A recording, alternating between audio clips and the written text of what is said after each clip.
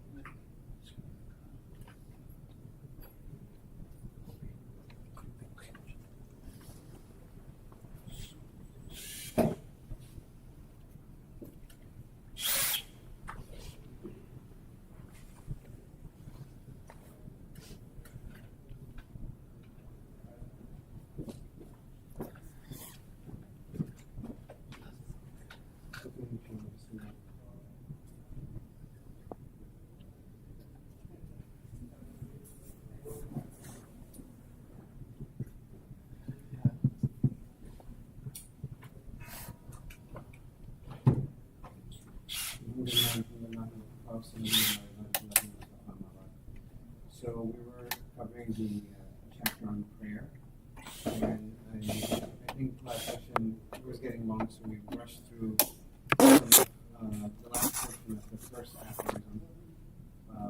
Obviously, each one of these have a lot of things to unpack, but the part that we didn't go into much detail about is he says that the next thing that happens in the prayers.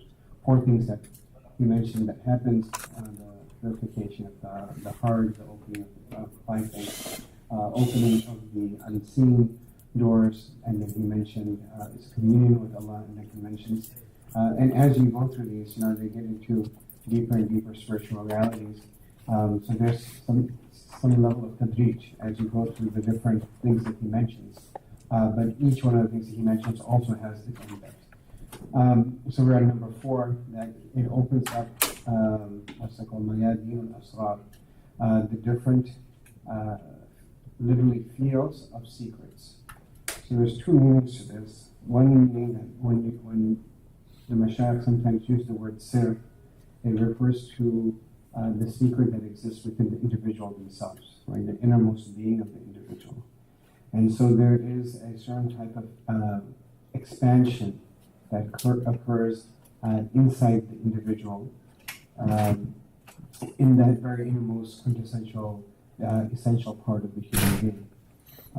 And we see this even with the Prophet ﷺ. Allah subhanahu wa ta'ala, did not we expand your chest? And the chest of the Prophet ﷺ was very wide. I often say it was like the ocean, right? You could do anything to him, right? It wouldn't shake the ocean. People could say the most terrible things, the most despicable things. You go through the most difficult tribulations. And he remained calm and vast and serene like the ocean. And part of that was because his chest was just so wide. It was just so wide. And one of the signs of having a wide chest is the lack of reactivity. Like some people have a very short trigger. A lot of us have a very short trigger. Someone says something with them to immediately respond. And people don't have the ability to just hold it. They don't have the ability to give space.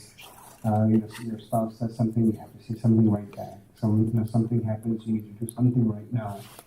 And as the chest expands, it's just easier to take the time to sometimes adjust it, because everything has become like we're on the roof of a burning building and you have to respond to it.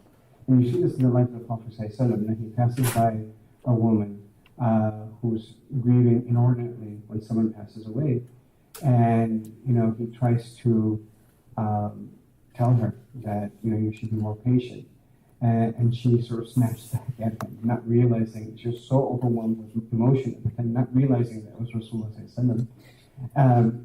So he didn't correct her then, right? He just left her, and he just walked away. And then later on, she realized that was the Prophet of Allah. And so she comes and she says, "I'm so sorry." And then that was the teaching moment. And he's asabru and asabru. I mean, think about it. Say your kid, you have a 5-year-old, and it goes terrible tantrum. And the initial response is like, "Okay, I need to set this kid straight right now." But the kid is not hearing you. It's just becoming an escalation and saying things that you probably shouldn't have said, and you might even end up hitting them. And you just feel terrible about yourself, and the kid becomes terrible. And really what's happening to the child at that point is it's also a cry for help, that I don't know how to control my emotion right now. And you're just modeling that I don't know how to control my emotions either. Right? How many people can be like, the child is just saying the worst things, that you're imagine a 5-year-old telling you you're completely, this actually happened to me. My 5-year-old telling me you're useless, you're dead, you're saying all these type of stuff. And like this, everything's useless, and he just going on this rant like 2 days ago. And then I just didn't say anything. Right? After a while, I want to try to give him love, his X, Y, and Z. And then you wait like maybe 2 days later, and then you talk about it. And he knows that he wasn't good. He knows it, but now you can actually have that conversation. There's no way in the world you could have had that conversation in that moment. It would have just been a shouting match, and I'd probably lose. That kid is made of, I guess, iron will, mashallah. So, and it's just in everything. And so these are different reflections, right, of the inner self expanding, and so that's one meaning. But another meaning of the expansion of these different fields of secrets they are spiritual mysteries in the universe. Right? There are spiritual secrets, and there are secrets in Salah. And those things begin to open on an individual.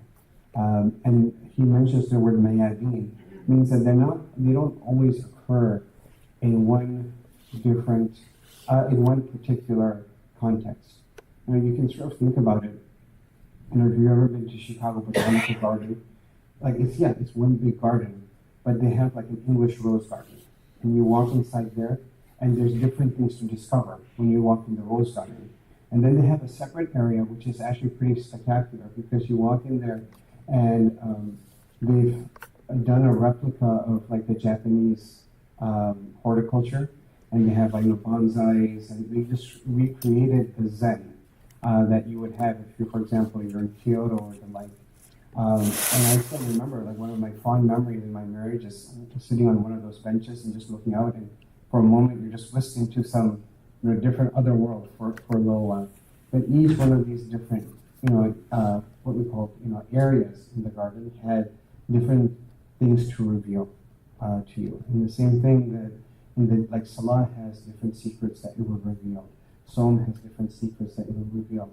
And even within the Salah, right, there are so many different layers. Every single aspect of the Salah. I know we talked about this the other day, that every word obviously has meaning in the Quran, but even every letter, right, has meaning. And those can open up. So in the same way, every aspect of the Salah has meaning. I mean, did you ever think that, that you have 4 rak'ah, for example, that you enter, and there's like your 4 stages in your life. And that, as you move through your Salah, that towards the end of it, it shouldn't be like how you began, right? There should be some type of taraqi.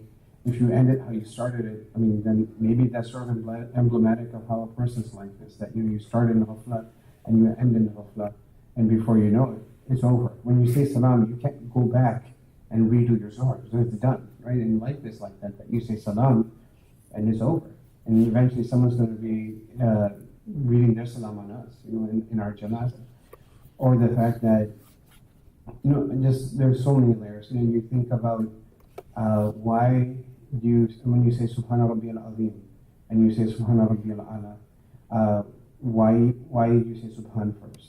Why do you use the word Azim next? Why is the word Allah, why not Allah? And why do you say Rabb? Each one of these is a secret. So I'm going to give you one example. There is a certain level of ascension that occurs as you go down. Where do you start? You start your prayer standing up, right? But as you proceed in your prayer, you start going into sajda. You get closer, you go into ruku, and then after that, you go into sajda. And so if you actually want to get closer to Allah subhanahu wa ta'ala, you get part of that is that, the more a person increases in humility, that's how you draw closer. Right? The smaller you become, the bigger Allah subhanahu wa ta'ala becomes. Right? That's not what Muhammad talked about. It's a manifestation of that Allahu Akbar. That's the ground. You set the ground reality default in the beginning, and the rest of the salah is the actualization of that Allahu Akbar. That really making Akbar in our life. And you think about how you get closer in salah. You start with what does the qira'ah start with when you read the salah? Alhamdulillah. He's what? The Rabb of all the world. So it's everyone. It's a sort of general, and that's the reality. That he's the Rabb of all the worlds. But what happens is what happens you go into ruku? Is it Rabbana? Is it Rabbana Alameen? What is it? What before that? Subhana, my Lord. So now you've gone from, now there's a certain level of exclusivity that has happened. Right now it's just you and Allah. That there's a certain level of some type of intimacy. It's not like you're in a crowd and you're just a nobody. Now there's something there. There's a relationship. And the way that you know him at that stage is that, yeah, he's great, right? He's azim to you, but that's not the superlative, right? That's on the pattern of fa'il. That can have both the meaning of a fa'il and maf'ul, and there's some mubalagha when it comes on that sigha. So there's a lot in that, you have that sense of that azmat of Allah subhanahu wa ta'ala, and that's what's required for him to become my Lord, right? Because you're not just at the level of just praising him, but when you can do tasbih. And tasbih is when you efface other idols in the heart other than Allah. Right? Allah hasn't made two hearts in an individual. So if you efface those other idols, that tasfiyah leads to you have Allah becoming yours. Okay, right? And at that stage, he's still azim. And then when you at that point, it's the same thing, but now he's a'la. And the reason that he becomes a'la, he was always a'la from the beginning, just the same way like he was akbar from the beginning. But that ulu becomes apparent to the individual when they efface themselves. And that's what you're doing in sajda. You're completely effacing your nafs. You're completely effacing your ego.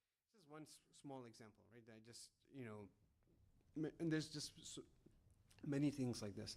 So this is an example of mayadeen al-asrar that, what Allah subhanahu wa ta'ala opens upon the slave. Then after that he says that, where is that?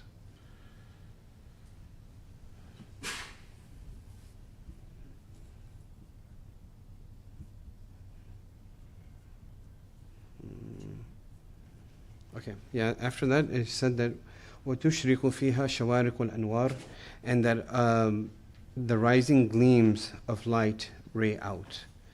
So what does this refer to? One of the meanings of this is that there are astral lights that are perceived in the prayer, and these are seen through the eye of the heart. And know that there is a physical eye, and that physical eye can see the seen things. In the same way that you cannot have the qalb, when the eye of the heart opens, it can also see things in the other realm. And we talked about how that's a window that sometimes opens up in the individual. But perhaps but that's not it's not a da'imi thing. And it's not something which is like qat'i or something that's lazim that has to happen. The other aspect of this, probably more close meaning, is that the rays of light emanate from that, is that there are different types of different states, spiritual states carry a certain type of light. And the way that we do ta'bir of them with light is because things are known by their opposite. In the absence of that, it is as if you're in darkness. So for example, say you've never met the love of your life before, right? And then you meet the love of your life, and you're like, where have you been my whole life? I feel like I started living today. So you had lived 25 years before that, but when you meet that person, it feels like life started on that day. Why was that? Because it was like complete darkness before, and this is a type of light. So in the same way, having a certain level of ma'rifah is a type of life. Having light, having uns with Allah subhanahu wa ta'ala, and intimacy with Allah subhanahu wa ta'ala. We talked about munajah and what that feels like. That is a type of light.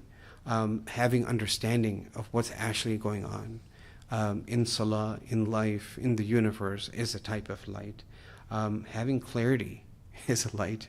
There's a lot of, sometimes people don't realize that you're looking at some things, but to be able to see things for what they are is actually very difficult. People have so many layers of veils between perceiving things for what they truly are. That's why you look at the hadith, the prayer of the Prophet, Allahumma arina al-haqqa haqqa. Right? What does that mean? Like, show us the truth as truth. That means that there is some external reality, and for you to be able to see truth as what it is requires some help. Right? For example, like I don't know if I gave this example, but maybe I did. When I was talking to one of my teachers, and he said, about some divorce case, and he's like, yeah, what's the problem? Just give everything to her. It's just paper. But in that moment, being able to see what things, what people wage entire wars for, it's just paper. Right? If you see the dunya for what it is, it's like nothing. It's just vapor. It won't excite you, right? It won't move you, and it won't delude you. And having that type of clarity, having clarity of how people function and why people do the things that they do, having clarity of how Allah subhanahu wa ta'ala is functioning. The people who don't have clarity have problems with the problem of evil. Right? They're like, why does evil exist in the world? People who don't have clarity have problem with, tawheed. But once you sort of get with the program and you see how the universe is working, it's just going to be layer of just, you're just humbled. It's one of those situations that you realize that you're just the dog that bites the hand that feeds you. That Allah's everything that He's been doing was actually just for our own good, and then we're sitting here rebelling and raging, and like angry young men against a beneficent and benevolent Lord. And then knowing Allah. All of these things are different lights. Okay, so we finished that one. The next one we'll do. We did the one about boredom and what's that called? People going to extreme. We did the one about how Allah subhanahu wa ta'ala decreased it to 5 and gave us the reward of 50 because we needed a grace. And remember, that's just not physical reward, that's also spiritual ascension that occurs or can occur. And all of these things are sort of commensurate to what you bring to the table. It's like there's a gamut. You titrate it. The more you bring to the table, the more Allah yudha'ifu liman yasha. But you sort of have to create the circumstances that bring in that fadl. Then he said something really interesting. He said, قَيَّدَ الطَّاعَاتِ بِأَعْيَانِ الْأَوْقَاتِ, that he circumscribed the different acts of worship with specific times. كَيْ لَا يَمْنَعُكَ عَنْهَا وُجُودُ التَّسْوِيفِ, that so that it doesn't prevent you from those acts, the attitude of what they call taswif, and this is from sofa. And the Sufiya, they used to say, beware of sofa, that there's two words in the Arabic language, sa and sofa. When you put them in front of a verb, it gives the future meaning. But sofa refers to something that's going to happen in the near future. Sa is going to be something which is kalla saya'alamun, right? They will, but another one, kalla sawfa ta'alamun. You will soon come to know. And sometimes that doesn't come through in translation. So he said, beware of and they should be careful of procrastination. And so that's why Allah subhanahu wa ta'ala put these things at particular times. وَوَسَّلَ عَلَيْكَ الْوَقْتِ كَيْ تَبْقَى لَكَ حِصَّةَ الْإِخْيَارِ, and He has expanded for you the time in which you can offer the act so that you can maintain some level of autonomy and choice in it. So Noam Chomsky from MIT, he once came across something that he had said, which seemed very wise and interesting, maybe a little bit Machiavellian, when he said that, what you want to do is you want to create the parameters of the discussion. Right? You say the discussion occurs within these parameters, and then within those parameters, you let people say whatever they want. So you give the illusion of free speech, and you experience this in real life, right? They say it's a free country, but you and me both know there's things that I can't go on CNN and talk like Gazarian, whatever his name is, right? Like you can't say some of those things when you look like this, because the effect is not going to be the same. That freedom of speech is limited and curtailed in so many very real and tangible and palpable ways. But the thing is that people have this need, right? They have the need to be able to express themselves and to have what's it called, autonomy. And so when Allah subhanahu wa ta'ala understands how we functions, He created the deen in such a way that accommodates and deals with us in the way, just like the same way that someone who makes a machine knows best how it needs to be maintained. Usually you buy something, it comes with a maintenance manual, right? Like how you're going to take care of it. That maintenance manual is the deen and everything in it in the Quran. So one of the things that He knew about us, like, so for example, if you buy like a coffee machine and you know that this coffee machine works great with regular beans, but finely ground beans is not going to work well with that, then you're going to list that, right? Or you're going to make it in such a way that it can handle those those type of things. So in the same way, Allah subhanahu wa ta'ala knows that people have this idea to procrastinate. Say for Allah subhanahu wa ta'ala told you that you need to pray 150 prayers in a month. It's up to you. You can pray whenever you want, right? You know what would happen? For like 99% of the people are like, okay, today's busy, I'm going to do it Tuesday, right? Oh man, this week was really busy, at work. I'm going to do it on the weekend. And the weekend comes and then you have so many things to clean up in the house. Inshallah, next weekend, that whole weekend, it's going to be just for my salah. And then that next weekend happens, and what's going to happen is going to be 11:50, 10 minutes before midnight, on the day where the month ends, and the person is going to start, and you get like maybe 10 rak'ah in. Right? That's just the way people are, and the people's whole life. Sometimes the story is like that. People who are, when you're a teenager, you're like, oh man, I'm gonna get on my deen when I get to college, and you get to college and you're like, man, I really need to get into medical school. Inshallah, once I first get my job, I'm gonna really get on my deen. And I said, oh, I got my job. I need to get married first. When I get married, I won't have this distraction of the non-mahram. I'm really gonna get on my deen. And then you have kids, and then you're like, okay, when the kids are older, and then you say when you retire, and before you know it, it's one foot in the grave. And the whole life was just tasweef. I'm going to do it, I'm going to do it, I'm going to do it. And it doesn't happen. So when Allah subhanahu wa ta'ala knew that we have this tendency, He said, no, you don't get to choose completely. I'm going to set the parameters. You pray within these particular times. And if He hadn't done it, people just wouldn't do it. And so that was a rahmah, that He sets those particular times. And the reason when Allah subhanahu wa ta'ala is making these rules, it's like people get it all wrong. It's like, it's almost shaitan gets in people's heads and makes it feel like Allah subhanahu wa ta'ala is somehow, dictating and governing and constricting and making tight our life, right? It's like a show of power that I need you to worship me at this particular time, and thou shalt bow down before me. Like Allah gets literally zero out of it. If the entire creation, from the first of them to the last of them, were to go into sajda till the end of time, it would not increase Allah in His majesty. Like literally, He doesn't. He's ghani, huwa ghaniyun hamid. He's so ghani that He's going to be hamid whether you worship Him or not.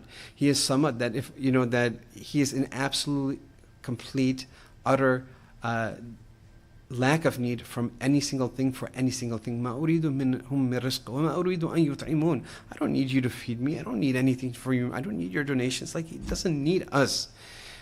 So when He's exerting quote unquote control over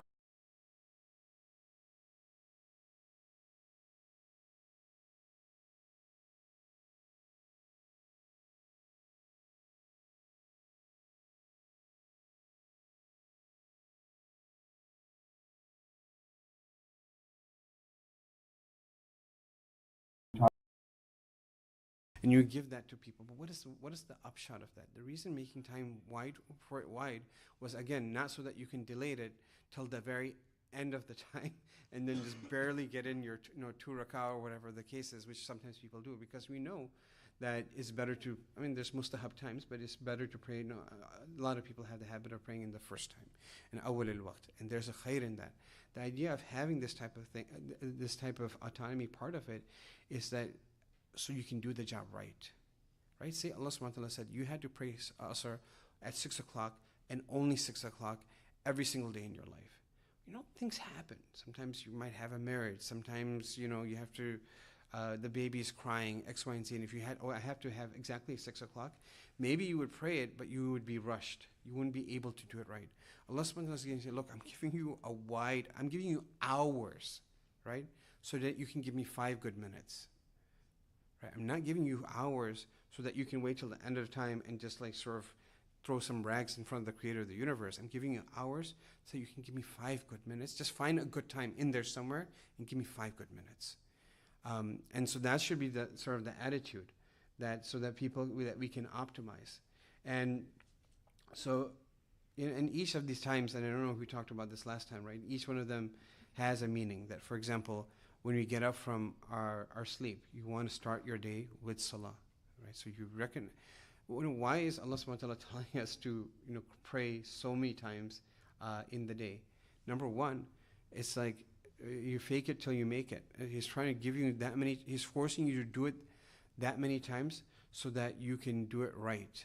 You look at these, I think one of my children were telling me that one of these people who, it was maybe Andre Agassi or something like that one of the world famous tennis players, he actually hated tennis, but his dad would just take him and he make him hit 100 or 1,000 balls a single day. You look at Kobe, he was at the court at 3 or part of it he was talented, but he also and Jordan was the same way. They had more drive than everyone else, right? And you look at even close to here there's this. It was very famous, Serena Williams or something, one of these tennis players. But there's a very close to here, north of here, there's a place called Saddlebrook.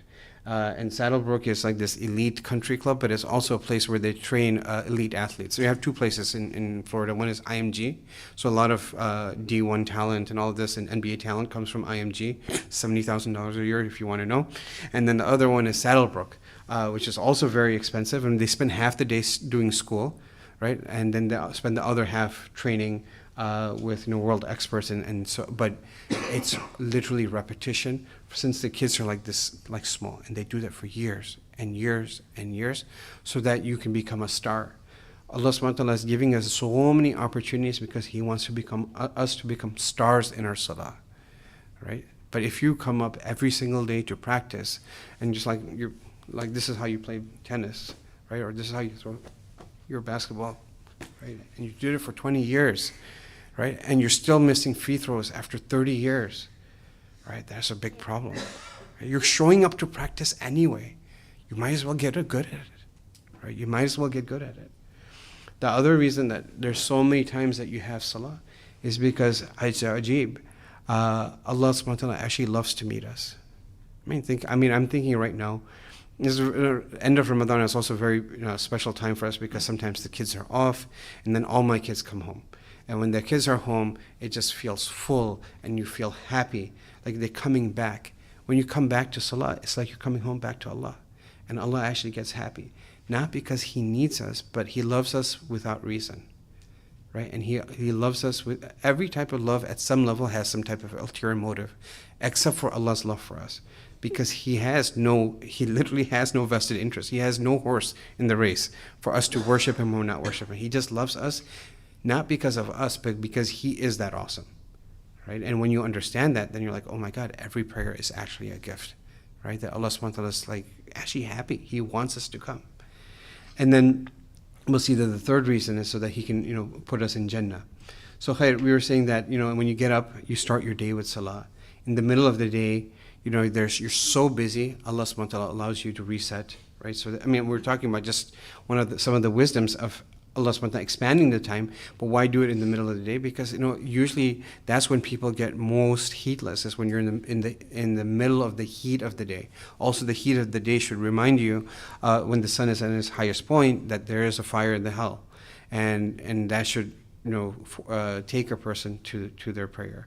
And then at Asr time, you come home, and so you realize that I'm coming home, and that feels good, but my real home is with Allah. La malja minka illa ilayk. We have nowhere, and you have no refuge, nowhere to run from you, Ya Allah, except to you. Right? So then there's another time we pray.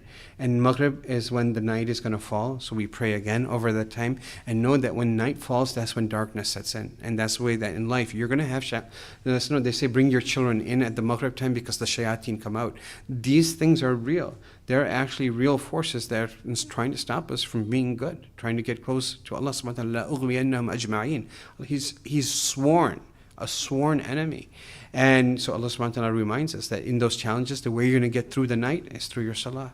And right before your death, like the last thing that you do, right, because sleep is like death, you also end in prayer. So your whole life, the idea, and so one of the take-home messages from this is in the same way that your whole day in one way is like a prayer, make your whole life like a prayer, right? Make your whole life like a dua to Allah subhanahu wa ta'ala. Then the next one, Allah subhanahu wa ta'ala said, He said, Alima qillatanuhu. No, I mean what's that called? The author of Musannaf, he says, Alima qillatanuhu dil ibadi ila mu'amilatihi. That Allah subhanahu wa ta'ala knew the irresolution of servants in dealing with Him. فَأَوْجَبَ وُجُودُ طَاعَتِهِ. And so He made obligatory for them His obedience. فَسَاقَهُمْ بِالسَّلَاسِلِ الْإِجَابِ. And so He drove them with chains of, what's that called, incumbency. أجب ربك من قوم يساقون إلى الجنة بالسلاسل. Then your Lord is amazed with people who are driven to Jannah in chains. So the first thing He starts that Allah subhanahu wa ta'ala, we said Allah subhanahu wa ta'ala knows us. He says He knows قِلَّةَ نُهُودِ الْعِبَادِ إِلَى مُعَامَلَتِهِ. That He knows how people they don't really get excited about dealing with Allah subhanahu wa ta'ala. This is really sad, but I mean, how many people say, it's time to read Quran. Oh, me, I want to read more Quran, right? Time for Nafil Salah. Oh, me, I want to read more Nafil Salah. It's like sort of a drag, right? For most people, doing Islamic things is a drag. It feels heavy. It feels weighty. And I was just, actually, a few moments before, I was just reflecting on this. Like, I feel literally like I walked in to this masjid, and I needed more than anyone else. And I just felt like there was weights which were just falling off. I felt like I'm human again, like I'm alive again. I'm like light. I'm just able to move.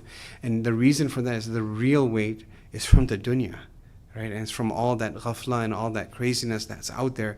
And you come here and all of that comes off. But when a person only is immersed so deeply in the dunya, then everything deen feels like a weight. And all of those weights start coming off when you go out there. It's like this reciprocal cycle.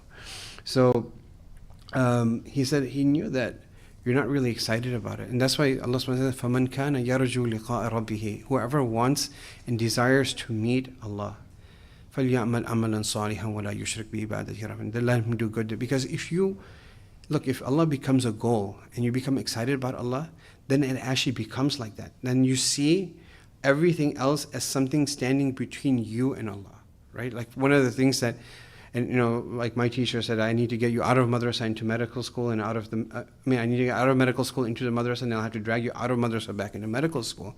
But when you come from a pure environment and you're I actually wrote poetry about how much I hated medical school because it stood between me and everything that I actually enjoyed, right? Because when you start actually enjoying deen, then life becomes an impediment. And that's why the lovers of Allah, they weren't scared of death, because death was just an excuse for them to be reconnected with the one that they truly love, right? And so you reframe the way you look at your entire world. But we have to create that shawq, right? You have to have that raja with Allah. You have to have this excitement that I want Allah, and then فَلْيَعْمَلْ عَمَلًا صَالِحًا. Then you'll naturally start doing good deeds. It'll just start flowing from you. But Allah subhanahu wa ta'ala knew that a lot of people are not necessarily going to be able to worship Him for Him alone. And because of that, He said, فأوجب عليهم وجود الطاعات. There was a hadith in which the Prophet ﷺ, he said that there was a woman, who was going around and she was picking up children in a battle, and she was suckling them, and it was just, this tender compassion that she had, and he said, you ever think that this woman would throw her child into the fire? And the Sahaba said, well, no, wallahi, there's no way that she would be able to throw them into fire if she could prevent it.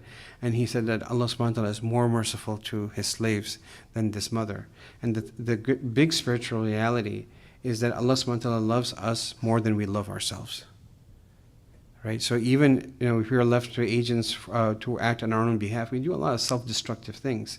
And because of that, Allah subhanahu wa ta'ala wants Jannah for us even more badly than we want Jannah for ourselves. Right? Think about that. He wants us to go to Jannah more than we want to go to Jannah. And so there's two ways, right? Either we try, you get on with the program and try to get to Jannah and, earn Jannah. Or sometimes Allah subhanahu wa ta'ala drags people through their forelock.